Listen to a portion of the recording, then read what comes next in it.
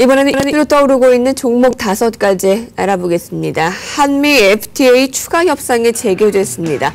자동차와 그 부품주들 알아보도록 하고요. 오늘부로 MSCI 한국 지수에 신규 편입되는 종목들, 현대상선, 만도, 한진해운 등이 있습니다. 관심을 가져보도록 하고요.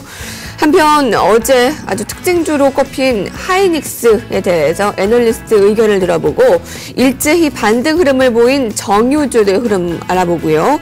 그리고 어제 6% 급등세를 보였습니다. 넥센타이어에 대해서 알아보도록 하겠습니다. 먼저 한미 FTA 추가 협상 재개로 인해서 자동차와 그 부품주에 대해서 알아보도록 할까요? 네, 어떻게 이제 자동차 부품주 중에서 이제 만도가 좀 막판에 해서 많이 올랐는데 그것은 앞서도 이제 잠시 후에 다시 한번 설명드리겠지만 MSC 한국에 편입된 것 때문에 그렇다고 볼 수도 있고요. 또 하나는 이제 만도가 상장 이후에 기관 투자가에게는 약간 실망스러운 모습을 보여주었으면 어떤 기업 경영의 투명성에 대해서 회의적인 시각이 있었는데요. 최근 들어서 직간접적으로 회사에서 이제 소통을 좀 강화하겠다 하면서 좀 앞으로 좀 바뀌겠다 얘기했는데 한번 기대해 보시는 분들이 있는 것 같습니다. 여튼 만도는 그 정도 하고요. 바로 질문하신 FTA에 관해서는요, 우리가 좀 이슈가 될 수밖에 없습니다.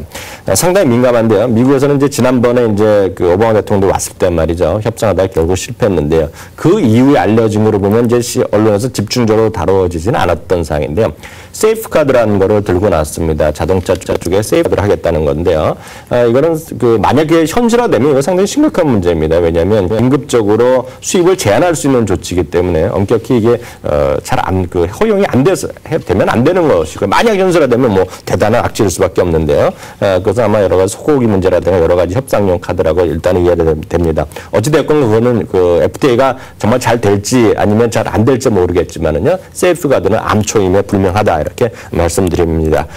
그리고 이제 또 하나 이슈가요. 이제 내일이면 미국에서 자동차 11월 판매가 발표될 텐데요. 지금 이제 예상입니다. 물론 예상인데요.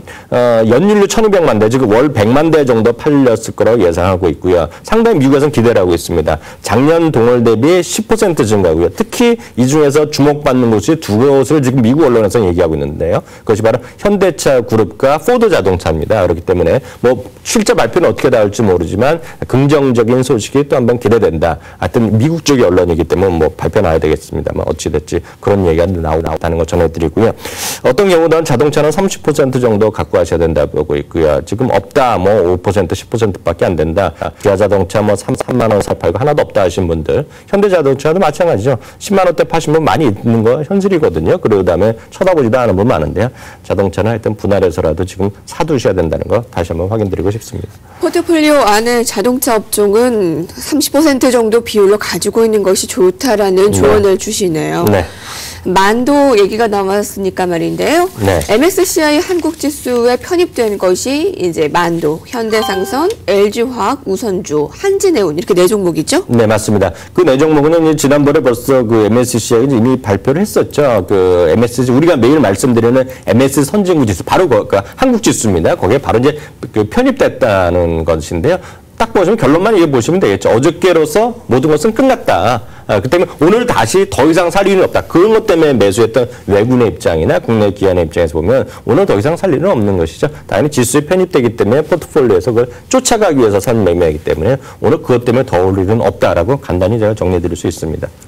어제 가장 특징주로 꼽을 수 있는 하이닉스에 대해서 알아보겠습니다. 5% 급락했습니다.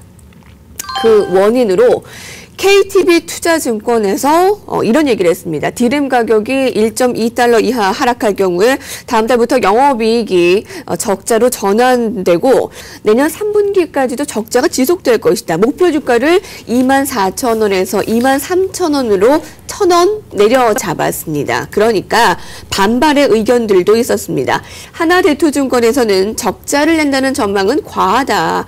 50나노 PC향 제품에만 한정되는 얘기로 이미 시장에서는 알고 있던 부분이다. 키움증권에서도 일부 PC 디램에서 적자는 가능하나 이것이 전체 적자를 의미하지는 않을 것이다. 과도한 우려다라고 해석을 했습니다. 의견을 들어볼까요? NH투자증권 서원석 연구원입니다. 안녕하세요. 안녕하십니까? 어제 적자 전환된 KTB 의견을 들어볼 수가 있었는데요. 이에 대한 시각은 어떻습니까?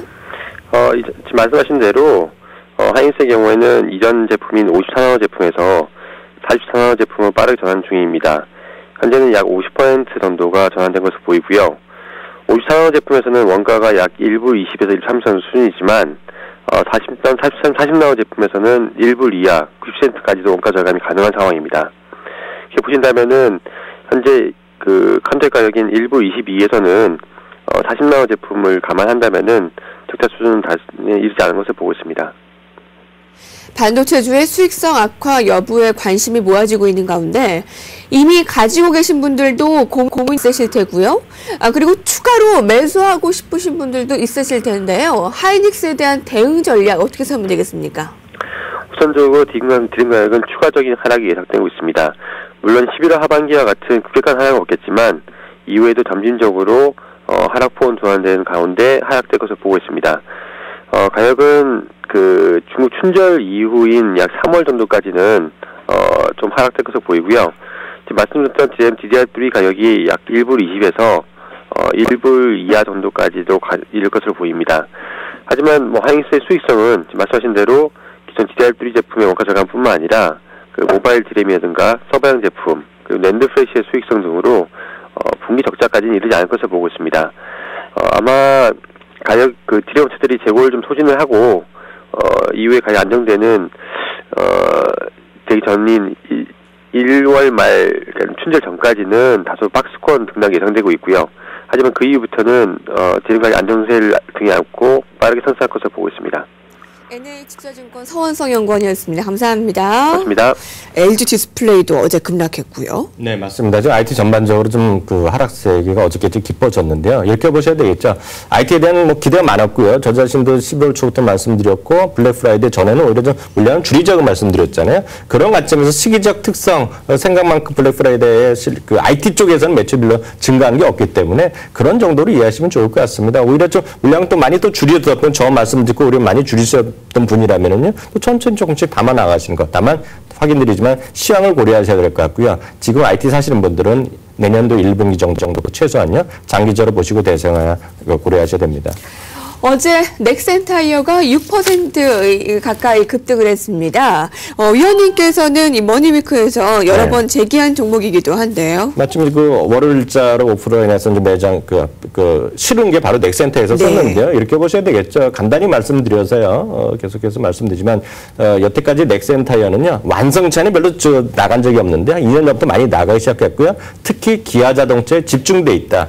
특히 내년 1월부터 기아자동차의 K시리즈의 미국 진출 그리고 유럽 진출이 본격화된다는 점에서 넥센타이어에 대한 관심이 조금씩 늘어날 수밖에 없는 그런 시기적 특성도 있다라는 점만 말씀드리고 싶네요. 네, 종목 이슈 5였습니다.